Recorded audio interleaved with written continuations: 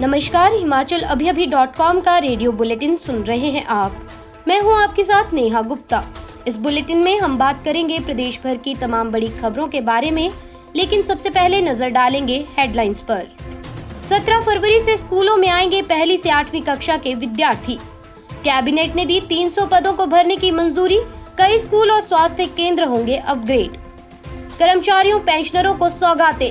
न्यूनतम पेंशन हुई 9,000, ग्रेच्युटी 20 लाख और 31% हुआ महंगाई भत्ता। असम के सीएम द्वारा गांधी परिवार पर की गई टिप्पणी को लेकर भड़की शिमला युवा कांग्रेस। डीसी ऑफिस के बाहर किया प्रदर्शन। जयराम तिरुपति यात्रा पर रवाना। 17 फरवरी को वापस हिमाचल प्रदेश पहुंचेंगे। प्रोफेसर के साथ हाथापाई मामले में कॉलेज छात्रों का हंगामा, नारेबाजी भी की। मंडी से रिकांगपिओ जा रही एचआरटीसी बस दुर्घटनाग्रस्त, 3 लोग घायल। कोरोना के नए वेरिएंट के चलते चिंताएं बढ़ने लगी हैं। हमारा आप सभी से आग्रह है कि सही समय पर कोरोना वैक्सीन की दोनों डोज लें। हिमाचल प्रदेश में 15 से 18 वर्ष आयु वर्ग के लिए कोरोना की दूसरी डोज लगाने का अभियान शुरू हो गया है। सभी किशोर अपने नजदीकी स्वास्थ्य केंद्र में कोरोना की दूसरी डोज ले सकते हैं। इसके साथ सुरक्षा के 3 एहतियाती उपायों का पालन जरूर करें। मास्क पहने, 2 गज की सुरक्षित दूरी बनाए रखें और अपने आसपास सफाई का ध्यान रखें। अब समाचार विस्तार से। आपके स्वास्थ्य का प्रहरी श्री बालाजी हॉस्पिटल कांगड़ा हिमाचल। हिमाचल प्रदेश में पहली से 8वीं कक्षा के विद्यार्थी 17 फरवरी से स्कूलों में आएंगे। सोमवार को सीएम जयराम ठाकुर की अध्यक्षता में राज्य सचिवालय में हुई कैबिनेट की बैठक में ये फैसला लिया गया। कैबिनेट का ये फैसला शीतकालीन और ग्रीष्मकालीन दोनों स्कूलों पर लागू होगा। ग्रीष्मकालीन स्कूलों में नॉन बोर्ड कक्षाओं की परीक्षाएं भी ऑफलाइन ली जाएंगी। कोविड नियमों के तहत कक्षाएं लगाई जाएंगी।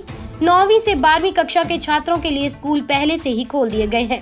कैबिनेट की बैठक में जिम, सिनेमा हॉल खोलने और मंदिरों में लंगर शुरू करने की अनुमति भी प्रदान की गई है। कैबिनेट ने हिमाचल प्रदेश विधानसभा के राज्यपाल के अभिभाषण के प्रारूप को भी अपनी स्वीकृति दी है। 23 फरवरी को हिमाचल प्रदेश विधानसभा के बजट सत्र की शुरुआत राज्यपाल राजेंद्र विश्वनाथ आर्लेकर के अभिभाषण से ही होगी। हिमाचल प्रदेश कैबिनेट की बैठक सोमवार को सीएम जयराम ठाकुर की अध्यक्षता में राज्य सचिवालय शिमला में आयोजित की गई। कैबिनेट ने विभिन्न विभागों में विभिन्न श्रेणियों के करीब 300 पदों के सृजन व उन्हें भरने की मंजूरी दी है। इसके अलावा स्कूलों, स्वास्थ्य केंद्रों समेत विभिन्न विभागों में नए मंडल खोलने व अपग्रेड करने की मंजूरी दी है। वहीं कर्मचारी चयन आयोग के माध्यम से अनुबंध के आधार पर हिमाचल प्रदेश अग्निशमन सेवा विभाग में उप अग्निशमन अधिकारियों के 8 पदों के सृजन और उन्हें भरने की मंजूरी मिली है। बैठक में कांगड़ा जिला के धीरा, चंबा जिले के भटियात और मंडी जिले के रिवालसर में 3 नए उप अग्निशमन केंद्र और शिमला के चिड़गांव, हमीरपुर जिले के भोरंज और अटल सुरंग रोहतांग के दक्षिण पोर्टल पर 3 नई फायर पोस्ट खोलने को भी मंजूरी मिली है। हिमाचल प्रदेश कैबिनेट की बैठक में राज्य के लगभग 2.25 लाख पेंशन भोगियों को 1 फरवरी 2022 से संशोधित पेंशन और पारिवारिक पेंशन देने का निर्णय हुआ है। कैबिनेट के इस निर्णय से 1.30 लाख पेंशनरों और पारिवारिक पेंशन भोगियों को 1 जनवरी 2016 से संशोधित पेंशन और पारिवारिक पेंशन मिलेगी। 1 जनवरी 2016 से ग्रेच्युटी की सीमा को भी 10 लाख से बढ़ाकर 20 लाख रुपए करने का निर्णय लिया गया। 1 जुलाई 2021 से पेंशन भोगियों को 31% महंगाई राहत देने का भी फैसला लिया गया है, यानी ये कर्मचारियों को दिए जा रहे महंगाई भत्ते के बराबर होगी। ये भी फैसला लिया गया है कि 1 जनवरी 2016 से 31 दिसंबर 2021 के बीच सेवानिवृत्त हुए लगभग 43,000 कर्मचारियों को संशोधित पेंशन और ग्रेच्युटी मिलेगी। अब 1 जनवरी 2016 से न्यूनतम पेंशन और पारिवारिक पेंशन 3500 रुपए प्रति माह से बढ़कर 9,000 रुपए प्रति माह हो जाएगी। असम के सीएम हिमंत बिस्वा शर्मा द्वारा उत्तराखंड में चुनाव प्रचार के दौरान गांधी परिवार पर की गई टिप्पणी का अब शिमला युवा कांग्रेस ने विरोध किया है। सोमवार को शिमला में युवा कांग्रेस ने असम के सीएम के खिलाफ डीसी ऑफिस के बाहर प्रदर्शन किया। साथ ही असम के सीएम को पद से हटाने की मांग भी की गई है। इस अवसर पर युवा कांग्रेस शिमला शहरी उपाध्यक्ष राहुल नेगी ने कहा कि उत्तराखंड में स्टार प्रचारक हेमंत को बीजेपी के चुनाव हारने की बौखलाहट साफ दिखाई दे रही है।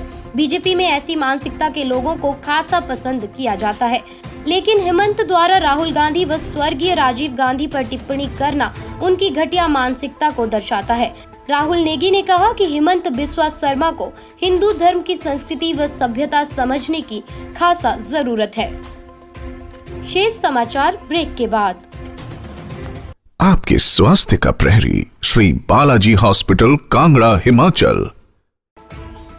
कैबिनेट मीटिंग के बाद सीएम जयराम ठाकुर दिल्ली रवाना हो गए हैं। वे दिल्ली से हवाई मार्ग के जरिए तिरुपति जाएंगे। सीएम के साथ उनकी पत्नी डॉक्टर साधना ठाकुर और बीजेपी नेता बलदेव तोमर भी गए हैं। सीएम 17 फरवरी को वापस हिमाचल प्रदेश पहुंचेंगे। तिरुपति यात्रा के कारण कैबिनेट मीटिंग आज सुबह जल्दी बुलाई गई। सीएम जयराम ठाकुर वर्षों से तिरुपति यात्रा पर जाते रहे हैं। हिमाचल के कई राजनेता तिरुपति बालाजी सहित अन्य मंदिरों में हाजिरी भरते रहे हैं। दिवंगत नेता वीरभद्र सिंह आंध्र प्रदेश के कालाहस्ती मंदिर में भी जाते रहे। हिमाचल सरकार का बजट सत्र 23 फरवरी से शुरू हो रहा है। इस सत्र में 16 बैठकें होंगी और 4 मार्च को सीएम जयराम ठाकुर अपने कार्यकाल का आखिरी बजट पेश करेंगे। बजट सत्र से पहले वे इस धार्मिक यात्रा पर गए हैं। वापसी में केंद्रीय नेताओं से उनकी मुलाकात संभावित है। 3 दिन पहले स्थानीय कॉलेज में प्रोफेसर और प्रिंसिपल में हुई हाथापाई के बाद अब छात्रों ने प्रिंसिपल के खिलाफ मोर्चा खोल दिया है। इसी को लेकर आज छात्रों ने जमकर हंगामा किया। छात्रों ने प्रिंसिपल के खिलाफ मोर्चा खोलते हुए कॉलेज परिसर में इकट्ठे होकर प्रिंसिपल के विरुद्ध जमकर नारेबाजी की। छात्रों ने प्रिंसिपल के खिलाफ सख्त से सख्त कार्यवाही की मांग करते हुए प्रोफेसर के खिलाफ की गई एफआईआर को रद्द करने की मांग की है। छात्रों ने प्रशासन व सरकार से मांग की है कि जल्द से जल्द प्रिंसिपल को ट्रांसफर किया जाए, जिससे कॉलेज का माहौल ना बिगड़े। मंडी से रिकांगपियो जा रही सुंदरनगर डिपो की बस रामपुर के गसो नामक स्थान पर खाई में लुढ़क गई। दुर्घटना में 3 लोग घायल हुए हैं। घायलों को प्राथमिक उपचार के लिए महात्मा गांधी चिकित्सा सेवा परिसर खनेरी लाया गया है, जहां पर उनका अभी भी इलाज चल रहा है। गसो पुल के पास सड़क के साथ पेड़ के कटे तने से बस का टायर टकराया और बस बैक होकर नीचे लुढ़क गई। बस सफेदे के 8 पेड़ों को तोड़ते हुए धीरे धीरे नीचे लुढ़की, जिससे एक बड़ा हादसा होने से टल गया। बता दें कि हादसे के समय बस में करीब 32 लोग सवार थे, जिनमें से 3 लोग घायल हुए हैं। रेडियो बुलेटिन में आज के लिए बस इतना ही। कल फिर मुलाकात होगी। नमस्कार।